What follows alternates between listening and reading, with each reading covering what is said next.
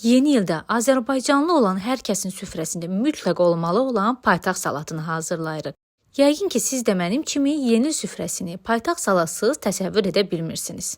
Hazırlanması bir neçə dəqiqə vaxtımızı alsa da, yeyilməsi bir neçə gün çəkən bu salatı gəlin birlikdə hazırlayaq. Salatın içərisində istifadə etdiyimiz məhsulları mütləq şəkildə suda, tam bişməyən formada bişiririk. Tərkib hissəsi bişmiş məhsullardan hazırlanan salatlarda mütləq bişmiş ingrediyentləri tam şəkildə bişirməyin.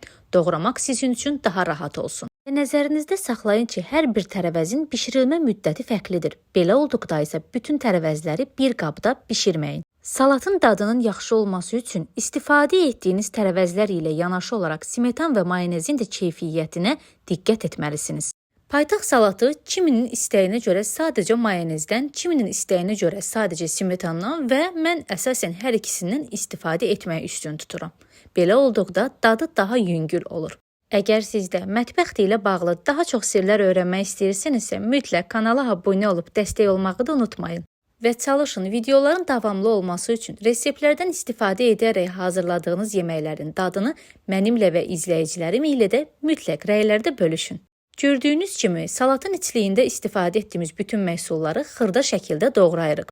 Təzə xiyardan istifadə etdikdə isə onun içəri hissəsini doğramasanız daha uyğun olar. Sizlər üçün onu da qeyd edim ki, salatın daha da dadlı olması üçün mən salatın içliyini bir gün öncədən hazırlayıb soyuducuda saxlayıram. Təbii ki, içliyi tam şəkildə bir-birinə qarışdırmıram. Burada isə əsas məqsəd məhsulların daha düzgün şəkildə özünü tutmasıdır. Əsasən də xiyar və xiyar turşusunu salatı qarışdırdığım zaman üzərinə əlavə edirəm. Belə olduqda isə salat su qoymur və istədiyiniz müddət ərzində rahat şəkildə saxlaya bilirsiniz. Məhsullar bir gün soyuducuda qaldıqdan sonra isə digər məhsulları da üzərinə əlavə edərək qarışdırıb tam hazır hala gətirirəm. Hər zaman olduğu kimi, içlikdə istifadə etdiyim bütün məhsulların dəqiq ölçülərini sizlər üçün açıqlama bölməsində qeyd edəcəm.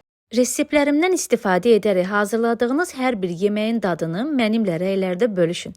Yemək hazırladıqda yaranan çətinliklərinizi də rəy bölməsində qeyd edin.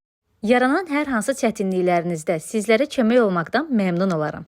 Bir də çalışın, hazırladığınız yeməklərin daha da dadlı olması üçün onlara öz sevginizi əlavə edəsiniz. Və hər bir hazırladığınız yeməkdə özünüzə məxsus bir dad əlavə etmək üçün hər hansı bir ingrediyentdən istifadə edin. Məsələn, mən bu hazırladığım salatın içliyində göyərti olaraq sadəcə şüyüddən istifadə etdim. Reseptdə göy soğandan istifadə olunsa da, bu da mənim salata özəl dad olaraq verdiyim bir sirrimdir.